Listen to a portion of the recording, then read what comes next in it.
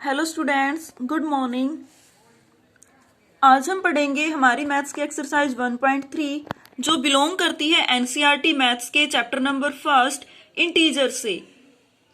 तो बच्चों, कल की क्लास में हम 1.3 के 2 क्वेश्चंस को कंप्लीट कर चुके हैं। हमने मल्टीप्लिकेशन की प्रॉपर्टीज को भी किया था। आज हम शुरू करेंगे इसके क्वेश्चन नंबर 3 से। तो क्वेश्चन नंबर 3 देखिए। सबसे पहले हम स्टेटमेंट को बिल्कुल ध्यान से पढ़ेंगे। क्वेश्चन नंबर 3 का पार्ट 1 क्या कहता है? फॉर एनी इंटीजर ए, हमारे पास कोई भी इंटीजर है ए में हम कोई भी नंबर ले सकते हैं 2, 3, 4, 5 एंड सो ऑन इन्फिनिटी, या फिर हम कोई माइनस नंबर भी ले सकते हैं। बट इन्होंने यहाँ पे क्या बोला है कि जो ए है वो एक पॉजिटिव इंटीजर है, तो हम पॉजिटिव इंटीजर कोई भी ले सकते हैं। तो what is -1 into a equal to, तो -1 इंटू ए किसके इक्वल होगा ये हमने बताना है। तो बच्चों, कल हमने मल्टीप्लिकेटिव आइडेंटिटी के बारे में पढ़ा था कि हम किसी भी नंबर की ए के साथ मल्टीप्लाई करते हैं तो जो प्रोडक्ट है वो सेम नंबर इटसेल्फ, मतलब वही नंबर आता है, चाहे हम उसकी -1 से करें मल्टीप्लाई, +1 से करें, तो जो हमारा आंसर है वो क्या आएगा, वो ए ही आएगा। पर यदि हमने 1 के साथ मल्टीप्लाई की तो वही नंबर आंसर है, बट -1 के साथ मल्टीप्लाई करते हैं तो वही नंबर किस में आएगा, माइनस में आएगा। तो ए की हम -1 से मल्टीप्लाई करते हैं तो हमारा प्रोडक्ट क्या आएगा, -1। उसके बाद इसका part 2, determine the integer whose product with -1 is. First है -22, 37, 0, कि हमने उस इंटीजर को डेटरमाइन करना है जिसका प्रोडक्ट -1 के साथ क्या आए, सबसे पहले -22, फिर 37 और फिर 0। यानी कि हमने ऐसे नंबर्स बताने हैं जिसकी मल्टीप्लाई यदि हम -1 के साथ करें तो हमारे ये प्रोडक्ट आए। तो देखिए बच्चों, हमारा -22 प्रोडक्ट कब आएगा, 1 कौन सा है हमारे पास, 1 एक नेगेटिव इंटीजर है, तो ये भी नेगेटिव इंटीजर है, प्रोडक्ट भी नेगेटिव इंटीजर है। इसका मतलब जो मल्टीप्लाई की गई है वो एक पॉजिटिव इंटीजर के साथ की गई है। तो -1 की हम 22 से मल्टीप्लाई कर देंगे तो हमारा प्रोडक्ट क्या आएगा, -22। उसके बाद है 37 प्रोडक्ट कब आएगा, यहाँ पे कितना गिवन है, -1। तो -1 को हम किसी नंबर से मल्टीप्लाई करें और प्रोडक्ट 37 आ जाए, दैट मीन्स हमने जिस नंबर के साथ मल्टीप्लाई की है वो नंबर भी क्या है, वो एक नेगेटिव इंटीजर है। तो -1 की मल्टीप्लाई हम -37 से करेंगे तो हमारा प्रोडक्ट क्या आएगा, 37। उसके बाद है बच्चों 0, हमारा प्रोडक्ट 0 कब आएगा। तो बच्चों, हमने क्या पढ़ा था, मल्टीप्लाइंग बाय 0 के बारे में पढ़ा था कि हम किसी भी नंबर की 0 के साथ मल्टीप्लाई करते हैं तो हमारा आंसर क्या आता है, 0 ही आता है, चाहे वो नेगेटिव इंटीजर हो चाहे वो पॉजिटिव इंटीजर हो, हमारा प्रोडक्ट क्या आएगा, 0 ही आएगा। तो 0 हमारे पास कब आएगा, जब -1 की हम 0 के साथ मल्टीप्लाई कर देंगे तो हमारा प्रोडक्ट क्या आएगा, 0 आएगा। उसके बाद क्वेश्चन नंबर 4, स्टेटमेंट देखिए ध्यान से। स्टार्टिंग फ्रॉम -1 इंटू 5, किससे स्टार्ट करना है, -1 इंटू 5, इससे स्टार्ट करना है। Right various product showing some pattern to show -1 into -1 is equal to 0। तो इन्होंने क्या बोला है कि हमने -1 इंटू 5 से स्टार्ट करना है और हमने कुछ प्रोडक्ट बताने हैं जो क्या करते हो, कुछ प्रोडक्ट निकालने हैं, एक ऐसा पैटर्न बनाना है जो क्या शो करते हो कि -1 इंटू -1 किसके इक्वल होता है, 1 के इक्वल होता है। तो देखिए इस क्वेश्चन को कैसे सोल्व करेंगे। तो सबसे पहले बच्चों हम 5 से ही शुरुआत करेंगे। -1 की मल्टीप्लाई हम 5 से करेंगे तो प्रोडक्ट कितना आएगा, -5। -1 की मल्टीप्लाई हम 4 के साथ करेंगे तो प्रोडक्ट कितना आएगा, -4। उसके बाद -1 की मल्टीप्लाई हम 3 के साथ करेंगे तो प्रोडक्ट कितना आएगा, -3। -1 की 2 के साथ की तो प्रोडक्ट आ गया -2। इसी तरह -1 की 1 से मल्टीप्लाई की तो प्रोडक्ट आ गया -1। बट यदि हम -1 की मल्टीप्लाई -1 से करते हैं तो हमारा जो प्रोडक्ट है वो एक पॉजिटिव इंटीजर आया, जबकि इन बाकी केसेस में हमारा प्रोडक्ट क्या आता है, नेगेटिव इंटीजर।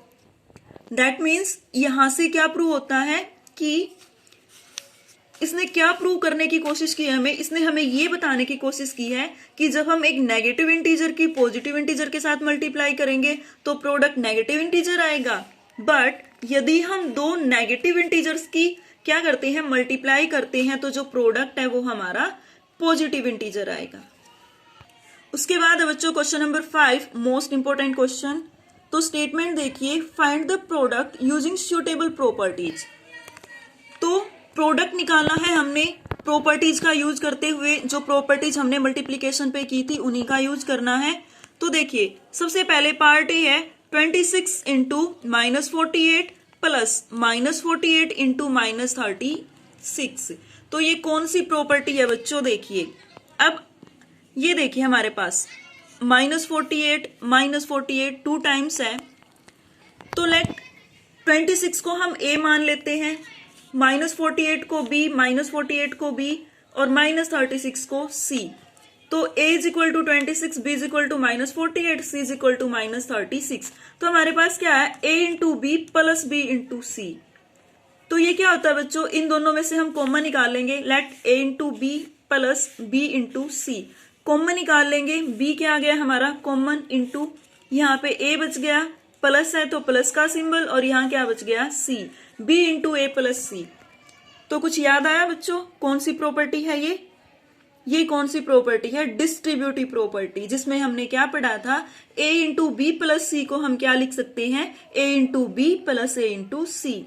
अब यहाँ पे हमारा b है या कोई और नंबर है, इस चीज से कोई फर्क नहीं पड़ता, b इंटू ए प्लस सी करे या a इंटू बी प्लस सी करे।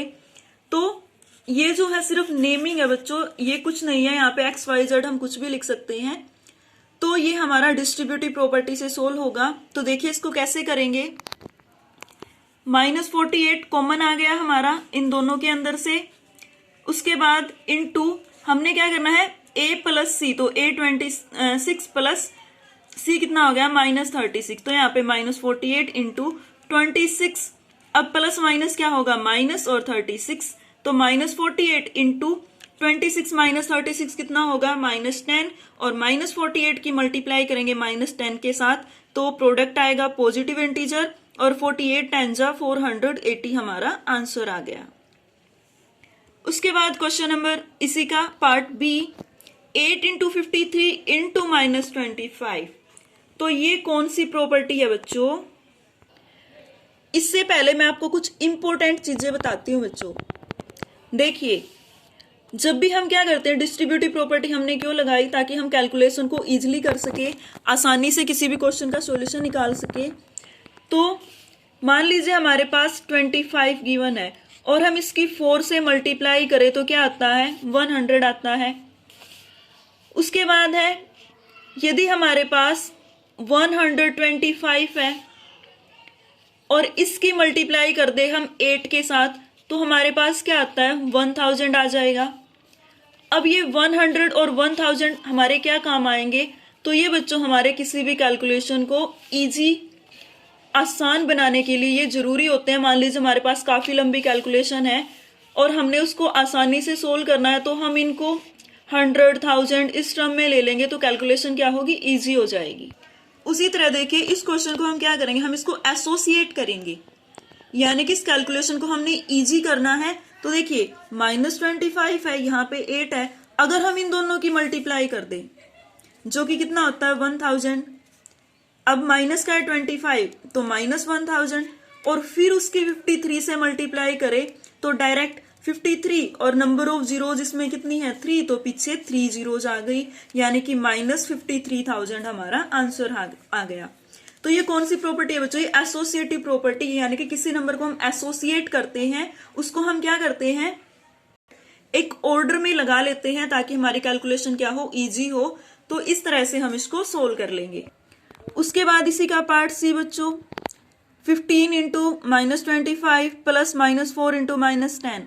तो इसको कैसे करेंगे, वही एसोसिएट करेंगे हम इसको एसोसिएटिव प्रॉपर्टी से। कैसे, मान लीजिए हम 15 की 10 से मल्टीप्लाई कर दे, तो ये तो कितना हो जाएगा -150, और 24 की मल्टीप्लाई हम 4 से, यानी कि -25 इंटू -4, तो इसकी इसके साथ मल्टीप्लाई और इसकी इसके साथ मल्टीप्लाई, बाद में हम इनको प्लस माइनस कर लेंगे। तो देखिए -25 की -4 से मल्टीप्लाई की, माइनस माइनस प्लस 100 आ गया। 15 की -10 से मल्टीप्लाई की, -150। तो 100 plus minus minus 100 minus 150 is equal to -50 हमारा आंसर आ गया। उसी तरह बच्चों -41 इसकी मल्टीप्लाई 102, तो ये मैंने आपको कल की क्लास में बताया था। डिस्ट्रीब्यूटिव प्रॉपर्टी से हम इसको सोल्व कर सकते हैं। कैसे? 102 को हम क्या लिख सकते हैं? 100 प्लस 2, तो ये हो गया हमारे पास A, अब ये आ गया B और ये आ गया C, यानी कि A into B plus C। तो इसको हम क्या लिखेंगे? A into B plus A into C, यानी कि -41 की एक बार 100 से मल्टीप्लाई, फिर इसकी 2 से मल्टीप्लाई और बीच में प्लस गिवन है तो प्लस कर देंगे इसको। तो -41 इंटू 100 -4100 यानी कि -4100 प्लस -41 की 2 से मल्टीप्लाई की, माइनस आएगा 41 2 जा 82, प्लस माइनस क्या हो गया? माइनस। तो यहाँ पे आ गया -4100 माइनस 82, माइनस माइनस क्या होंगे? प्लस हो जाएंगे और सिंबल किसका आएगा? माइनस का। तो -4182 हमारा आंसर आ गया। सेम एज बच्चों ई पार्ट गिवन है हमारे पास, तो इसमें क्या है? 625 इंटू -35 प्लस -625 इंटू 65। तो इसमें भी हम क्या करेंगे? इसको हम A ले लेंगे, ये B है हमारा और ये C, तो A into B plus C, यानी कि डिस्ट्रीब्यूटिव प्रॉपर्टी से हम इसको सोल्व कर लेंगे। तो बच्चों इस क्वेश्चन के सारे पार्ट आपने ऐसे ही करने हैं। अगर आपने प्रॉपर्टीज वाली वीडियो को अच्छे से देखा है, अच्छे से उसको समझा है, तो आप इन सबको आसानी से कर लोगे। उसके बाद नेक्स्ट है बच्चों क्वेश्चन नंबर 6। तो क्वेश्चन नंबर 6 देखिए क्या कहता है? A certain freezing process requires that room temperature be lowered from 40 degree Celsius at the rate of 5 degree Celsius every hour। क्या है? A certain freezing process, एक फ्रीजिंग का प्रोसेस है। मान लीजिए कोई भी वस्तु है, उसको क्या करना है? फ्रीज करना है। तो फ्रीजिंग का एक प्रोसेस, एक प्रक्रिया है जिसके अंदर क्या रिक्वायर है हमें कि जो रूम टेम्परेचर है वो कितना है? 40 डिग्री सेल्सियस है, और उसको क्या करना है? लो करना है at the rate of 5 degree Celsius every hour. यानी कि जो रूम का टेम्परेचर हो 40 डिग्री सेल्सियस है और हर घंटे उसको 5 डिग्री सेल्सियस क्या करना है? रिमूव करना है, लो करना है। तो what will be the room temperature 10 hours after the process begin. तो जब जो प्रोसेस है हमारा वो शुरू हो जाता है, तो उसके 10 आवर्स के बाद रूम का टेम्परेचर कितना रह जाएगा, ये हमने बताना है। तो देखिए बच्चों क्वेश्चन नंबर 6, सबसे पहले इसकी स्टेटमेंट बना लेंगे। स्टेटमेंट क्या रहेगी? प्रेजेंट टेम्परेचर, यानी कि रूम का अभी का टेम्परेचर कितना है? 40 डिग्री सेल्सियस। उसके बाद हमने क्या करना है? टेम्परेचर को डिक्रीज करना है। कितना? 5 डिग्री सेल्सियस पर आवर। तो decrease in temperature every hour, हर घंटे हमने टेम्परेचर को कितना डिक्रीज करना है? 5 डिग्री सेल्सियस। उसके बाद decrease in temperature in 10 hours, हमने उसको कितने टाइम तक डिक्रीज करना है? 10 आवर्स, यानी कि 10 घंटे तक। तो decrease in temperature in 10 hour, 10 घंटे में कितना टेम्परेचर डिक्रीज होगा? तो हर घंटे 5 डिग्री होता है, तो 10 में कितना होगा? 10 into 5 is equal to 50 degree Celsius. यानी कि टोटल जो टेम्परेचर है वो 50 डिग्री सेल्सियस क्या होगा? रिमूव होगा।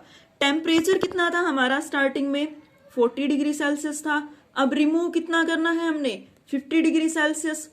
तो जो हमारा अब का टेम्परेचर है उसमें से हम 10 आवर्स बाद का टेम्परेचर माइनस कर देंगे, तो हमारा क्या होगा? मतलब 10 आवर में जितना टेम्परेचर हमने डिक्रीज किया उसको माइनस कर देंगे, तो 10 आवर्स के बाद जो टेम्परेचर होगा वो आ जाएगा। तो 40 डिग्री सेल्सियस है, 10 आवर्स में कितना डिक्रीज होगा? 50। 40 minus 50 is equal to -10 degree Celsius, क्योंकि माइनस वाला बड़ा है तो हमारा जो आंसर हो किस में आएगा? माइनस में। तो इस तरह से 10 आवर्स के बाद टेम्परेचर कितना होगा? -10 डिग्री सेल्सियस। तो ये थी बच्चों आपकी आज की क्लास। आई होप आपको अच्छे से समझ आ गया होगा। तो इनको अच्छे से समझना है और आपकी मैथ की नोटबुक में अच्छे से इनके सेल्फ नोट्स आपने बना लेने हैं। ओके, थैंक यू बच्चों।